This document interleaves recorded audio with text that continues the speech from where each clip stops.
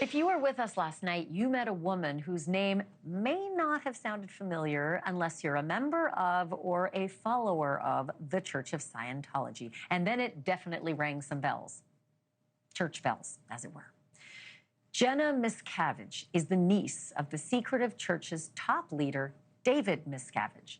She was born in the church. She was raised in the church. She met her husband in the church, though they are now divorced.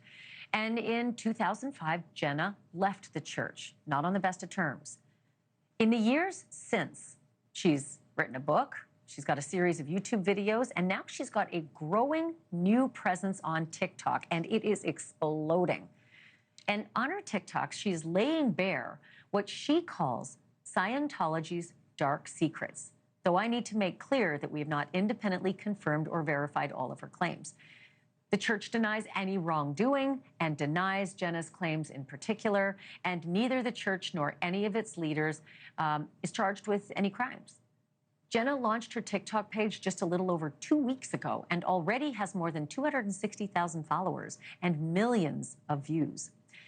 Last night, she told us how the church, according to her, recruits new members, often without people even knowing it.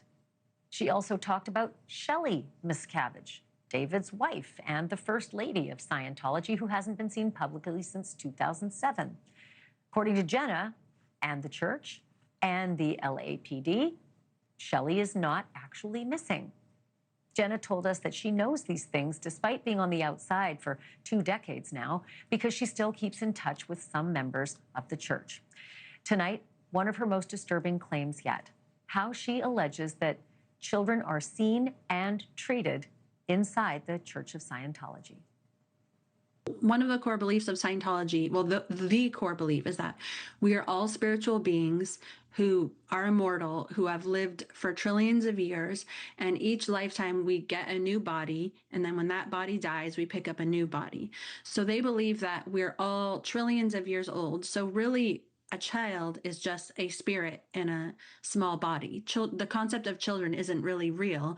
And with families, no spirit is the parent of another spirit, and no spirit is the child of another spirit. So really, family is like this fake construct. And they basically use this belief to justify all manner of ills in Scientology, from denying children a proper education. They don't really think that this education and how to live in the outside world really matters when you're going to dedicate your life working for Scientology and saving all mankind. That's just not important. But listen, one of the very serious allegations that you've made in the TikToks is that there's child abuse and child sexual abuse going on, and that it's rampant. These are allegations. I want to be clear, but explain why it is you say that.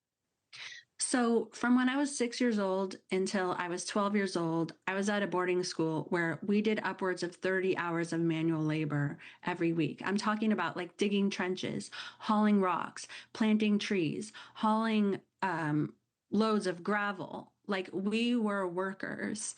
And we even did things like build Scientology's e-meters, which is their lie detector. We were used as a workforce. I was separated from my parents when I was 12 years old until I was 16 years old. I was forbidden to call them. All my letters from them were intercepted. I was forced to have Scientology interrogations where they bring you in a room and they ask you questions. Not all questions are of a sexual nature, but many times they were. And if the e-meter says, like what kind of questions would they ask a 12-year-old? Like, did you touch yourself? And if the e-meter says you did, then they say, all right, well, then the answer is yes. And they don't just accept that for an answer. They say, when was it? Where was it? Give me the details. Even if you say no, even if you say, I don't want to talk with you about this. Or like, even another example is like, they say, did you do, like, even when I would just I kissed a boy, like when I was like 15 years old, and to them that was unethical. And so they say, okay, what did you do? And they say, well, what parts of him were touching you? What underwear were you wearing? And basically forcing me, despite my protest, to give details on this. All of these interrogations are video recorded. Everything you say is written down. and it goes to a case supervisor. And in my case, this information was being passed to executives in Scientology, such as my Aunt Shelley. And so forcing a child to say things without a parent present against their will, and if they try to escape the room, you physically restrain them. Like, I'm talking about me trying to get out of a room desperately, fighting to get out of it. And they hold you there. And that's what I'm talking about when I say abuse, both the separation of my parents, but also being asked these sexual questions and not being able to say no for an answer, having no rights. And this is with an adult doing this. There's also so many instances in Scientology schools and boarding schools where certain adults there become involved in sexual abuse of the kids. And in Scientology, there is a rule that you may not report another Scientologist to the authorities. Otherwise, you will get expelled. And that might seem like nothing, like getting expelled might seem like nothing, but basically you risk losing everyone you've ever known your whole life. You risk losing your job opportunities, especially if you grew up there with no standard education. So getting expelled is a big deal. And so in order to protect the PR of Scientology, people cannot report these things. And I should just say that these are very, very serious allegations, and there aren't charges that have come from the police that we know of at this point. But very disturbing to say, nonetheless.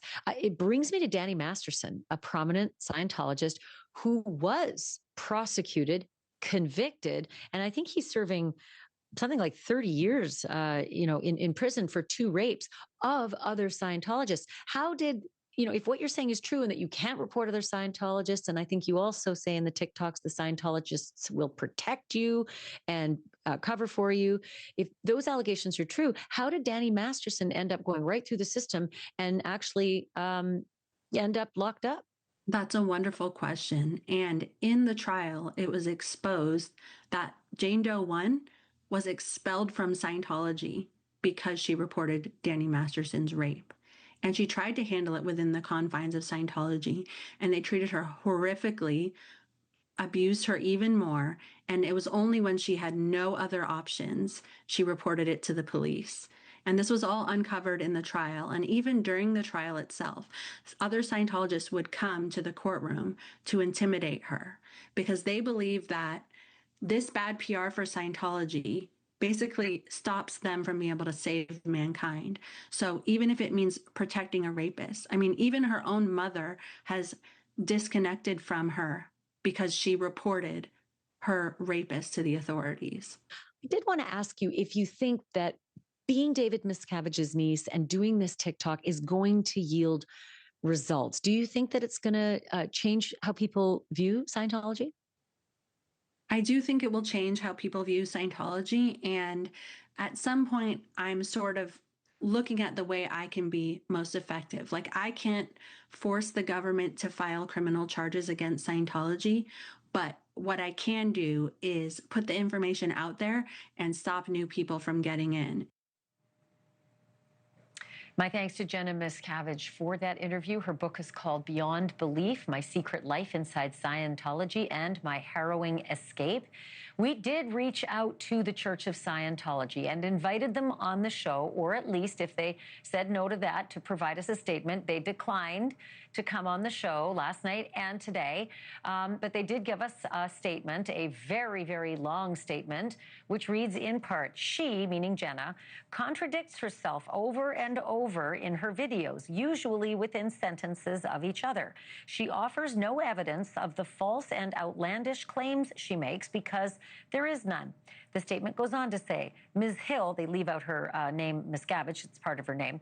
Ms. Hill was expelled from the church 22 years ago for misconduct. And the church, in its statement, attributes her public criticism to, quote, animus against the church.